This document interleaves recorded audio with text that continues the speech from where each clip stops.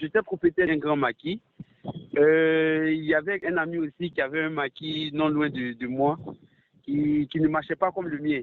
Et voilà, je me collais chaque jour à lui sans savoir que ce monsieur était jaloux de moi. Matin, j'étais avec lui, mais jusqu'à midi 13h, je me sentais bien.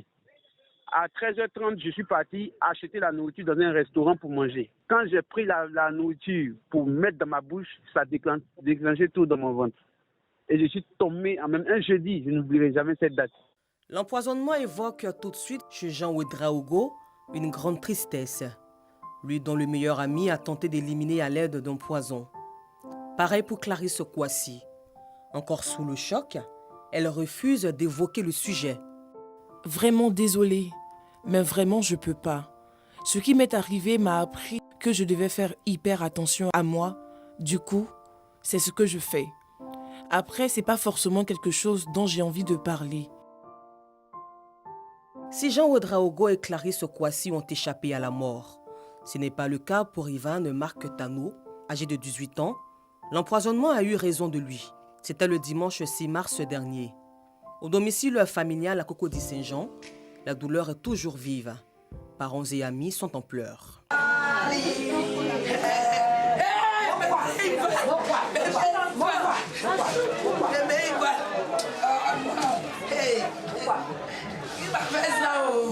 On m'appelle à 20h, on dit ça ne va pas chez Ivan. Il dit, ah, Ivan a quoi?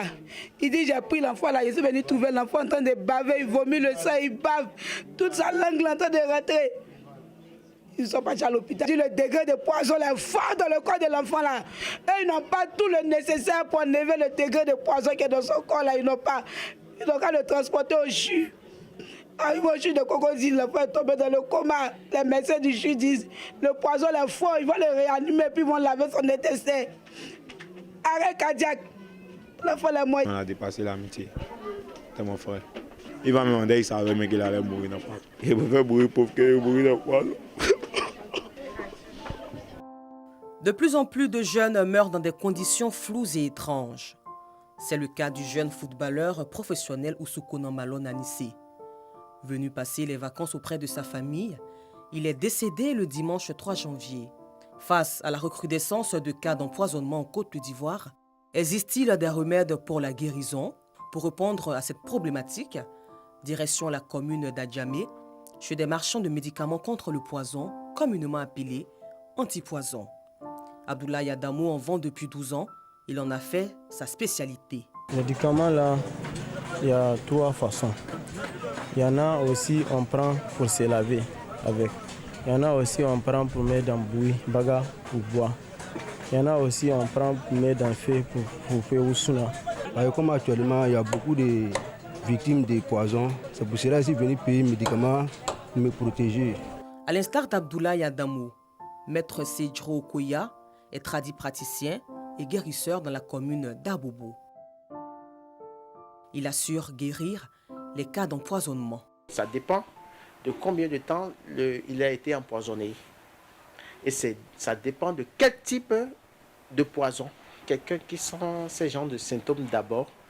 Quel genre de symptômes? Par exemple, des vomissements, l'écoulement de la salive qui est anormal et qui n'a pas la couleur normale, et une personne qui bave, qui sent la chaleur atroce dans son corps, des brûlures, doit faire recours directement au charbon, le charbon de bois. Doit beaucoup manger. Et il y a aussi la plante là, du Véronia. C'est une plante amère. La personne va prendre 7 feuilles, au moins 7 de cette feuille quand elle est une femme, 9 de cette feuille quand il est un homme, accompagné de 7 morceaux de sucre quand c'est une femme et 9 morceaux de sucre quand c'est un homme. Il doit manger. Ça permet d'abord, ça anéantit ce poison-là d'abord, avant les soins adéquats. Notre méthodologie, quand on parle de l'empoisonnement, c'est toujours pas les plantes et pas voie orale, comme je l'ai dit, et pas voie anale. Le 19 décembre, voilà, vu que c'était la période de fête, nous étions attendus papoter entre amis. Et c'est ainsi que le drame est survenu. Entre griffes, l'empoisonnement. On buvait, bon, on se lève, on va danser et autres. Après, j'ai remarqué que je commençais à devenir faible. Je salivais beaucoup. Il y a un de mes amis qui m'a dit, affaire de boisson, là, on a assis en groupe, on ne sait pas qui est qui. Bon, parce que la plupart avec des gens avec qui j'étais, franchement, c'est moi quand même. Côté financièrement parlant, bon, quand même ça va. Fini les études, j'exerce et tout ça, donc ça va. On m'a dit, il a dit non, toi aussi, c'est pas ça, peut-être c'est l'effet de l'alcool et tout ça. C'est ainsi que mes amis m'ont pris, ils m'ont envoyé chez le gars en question. Ce que je me rappelle, c'est que je salivais beaucoup et j'ai perdu connaissance. Donc quand je me suis réveillé, j'ai dit, mais qu'est-ce qui se passe? Je vois des trucs, j'ai dit, mais non, on fait quoi ici? On t'a dit ça à mesure aujourd'hui. Il dit non, que tu as été empoisonné. J'ai dit moi. Il m'a donné certains trucs, plantes, autres, des remèdes. J'ai continué à prendre. Mais à chaque fois que je prenais les médicaments, franchement, je vomis, je rendais. Ce que je rendais, c'était vraiment dégueulasse. Mon traitement à moi m'a fait pratiquement 3 semaines. Que dit la médecine moderne sur la question de l'empoisonnement qui sévit actuellement en Côte d'Ivoire? Comment reconnaître une personne victime d'empoisonnement? Comment réagir pour sauver une personne empoisonnée? Les réponses de Dr Hélène Goudjini-Kouadio, médecin spécialiste en anesthésie et réanimation à l'hôpital général de Makori. Il faut courir rapidement dans le centre de santé. Vous savez que la porte d'entrée dans nos hôpitaux, c'est les urgences. Et donc, rapidement, il faut aller aux urgences. Si le malade est conscient, il va nous expliquer ce qui s'est passé avec l'interrogatoire. Donc, on saura ce qu'il faut faire. S'il faut faire un lavage gastrique, il faut lui donner du charbon activé, ou alors, c'est que nous allons tout faire pour essayer de maintenir ses fonctions vitales et puis essayer de maintenir une homéostasie, c'est-à-dire un fonctionnement normal de son organisme. Mais si ça s'est fait à distance, ce qu'il faut faire, il faut appeler les services d'urgence. Ici, on a le SAMU qui est là, qu'on peut appeler, parce que l'entourage n'est pas du corps médical. Et même s'ils étaient du corps médical, ils n'ont pas de moyens d'agir. Parce que ce qu'il faut faire souvent, quand il y a des situations, les gens tentent de faire vomir. Ce n'est pas des bonnes actions à mener. Parce que en essayant de faire vomir quelqu'un, si c'est quelque chose qui est caustique, c'est-à-dire qui est érosif, ça va encore aggraver les lésions.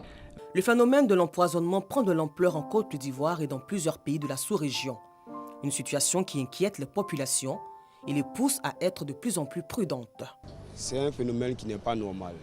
Quand nous sortons pour aller quelque part, par exemple, si c'est dans un maquis ou bien dans un restaurant, moi personnellement, s'il y a mon eau qui est là, je dois prendre pour sortir avec ça. Je sais qu'on peut m'empoisonner. Je suis sur mes gardes, je suis mes arrières. Au niveau des jeunes, c'est un effet de mode pour montrer souvent c'est des histoires d'orgueil. Effet de mode ou méchanceté gratuite, le phénomène de l'empoisonnement crée la psychose dans le quotidien des Ivoiriens. Tous entendent vivre en paix, sans la peur au ventre.